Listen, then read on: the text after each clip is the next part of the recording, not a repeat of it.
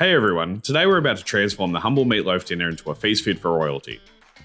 With a creative twist on the classic meatloaf recipe, paired with some simple tasty sides to elevate this family meal that has been a classic dinner time favourite for many years around the world. So if that sounds like something you're into, stick around to see how we made our Honey Sriracha Glazed Meatloaf. As always, a full list of ingredients will be at the end of the video and listed in the description below.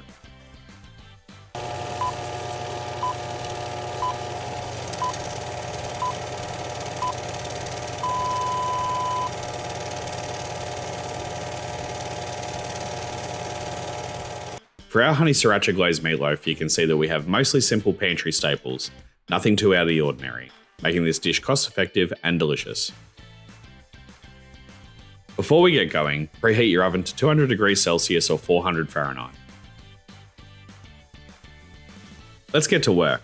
Start by dicing one large brown onion,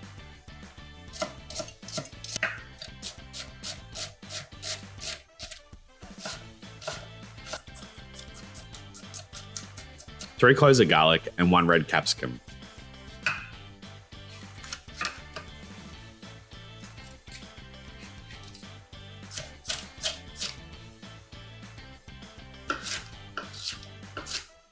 Then it's over to the pan. We'll add a splash of neutral oil and saute the onions until soft and translucent.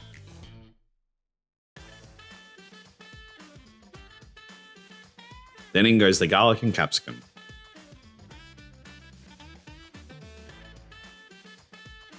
Cooking these ingredients gives us great flavour base that'll take away the raw garlic and onion flavour. With the onion, garlic and capsicum doing its thing, we can finally chop one bunch of fresh chives and parsley. You can use dried herbs, but I find fresh definitely adds a little extra to the dish. Keep an eye on the pan to ensure it's cooking down nice and evenly.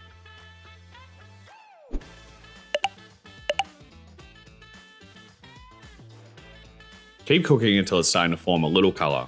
We're not looking to overcook these, just bring out the natural sweetness of the vegetables.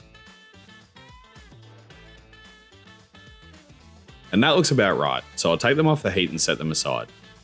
Now for the main ingredient, the mince. Today, I'm going to use a blend of 50-50 pork and beef mince. I think the combination of beef and pork will give us a subtle flavour but a good ratio of fat to stop our meatloaf from drying out, while also giving us a smooth and rich texture. Next in goes our panko breadcrumbs, followed by one egg. We'll give this one a light beat to make mixing it in a bit easier. Next in goes 1 tablespoon of Worcestershire sauce and a good seasoning with salt and cracked black pepper. Then our blend of chives and parsley. And lastly, sauteed onions, garlic and capsicums. Now it's time to get our hands dirty. We want to mix this mixture together, ensuring we get all the ingredients distributed evenly throughout the mixture, giving us our best shot at a perfect texture and flavour in every bite.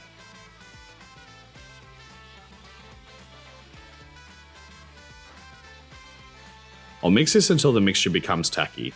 If we don't mix it enough, this will likely fall apart when we go to slice it, but if we overmix it, it'll have the texture of a rubber bullet. Just because I don't want to get my hands dirty again, I'll form this into a rough loaf shape.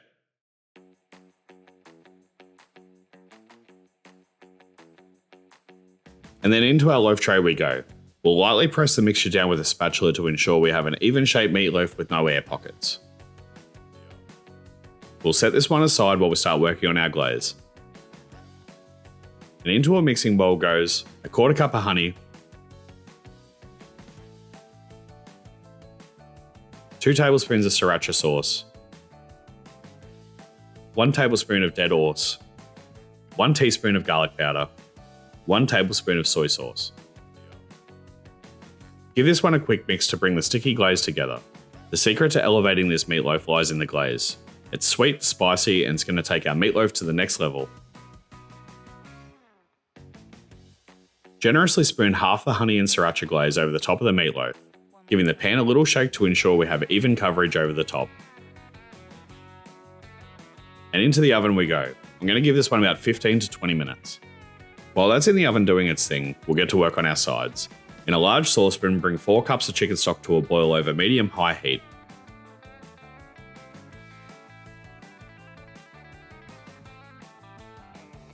Slowly rain in 1 cup of polenta into the boiling chicken stock while stirring continuously to prevent lumps from forming. Once all the polenta has been added, reduce the heat to low and simmer, stirring frequently until the polenta is thick and creamy. This should take about 20 to 30 minutes. You could make this one with mashed potato if you prefer. While the polenta is simmering away and the meatloaf is in the oven doing its thing, we'll start on our second side, the roasted garlic green beans. These are going to add a vibrant burst of freshness to our dish. We'll trim the ends off the beans and pop them into a bowl.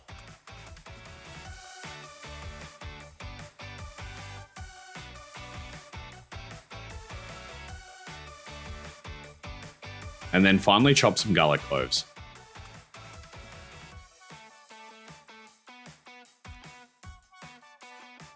Into a large mixing bowl goes our trimmed green beans, followed by our chopped garlic and a good splash of olive oil. And finally, season well with salt and cracked black pepper. Let's give these a good mix with our hands to ensure even coating over the green beans.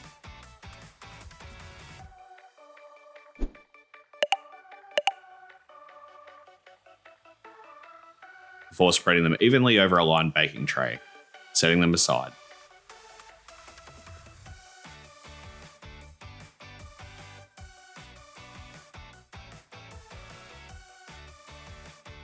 The smell of the glazed meatloaf has filled the room, and after 20 minutes, let's get it out of the oven to see how it's going. And it looks pretty good, but we'll give it another few spoonfuls of glaze to ensure that we have built up enough flavour as possible. And it's back into the oven we go until cooked through and our glaze looks glossy and delicious. Joining our meatloaf will be the garlic green beans. These will take about the same amount of time to roast as the meatloaf is going to take to finish cooking. The polenta has also been bubbling away doing its thing. Let's put on the finishing touches. Start by adding the butter. Next in our grated Parmesan cheese. And a good amount of salt. Give it a good mix to incorporate everything until the polenta is smooth and creamy. If it's looking a little too thick, add a splash of milk, water, or stock to help to adjust the consistency. Give it a check for seasoning. I'm going to add a pinch of cracked black pepper and salt to mine.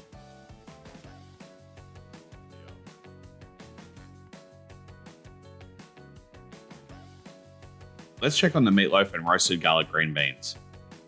They're looking and smelling delicious. We'll pull them out and let them rest for a few minutes before slicing. And it's time to bring it all together. Start by spooning a generous amount of polenta onto the plate, followed by a good fistful of roasted green beans.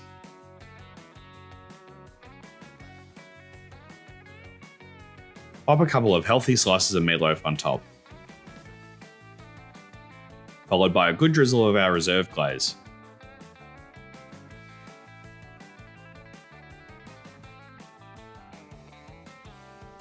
And there we have it, a new twist on an old favourite. I know it's not the prettiest thing in the world, but for every point of beauty it's missing, it makes up for in flavour. The balance of sweet and spicy is perfect, along with the creaminess from the polenta and the garlicky tang from the beans. Thanks for watching the video, everyone. If you liked it, please consider giving the video a like and subscribing to the channel. See you on the next one!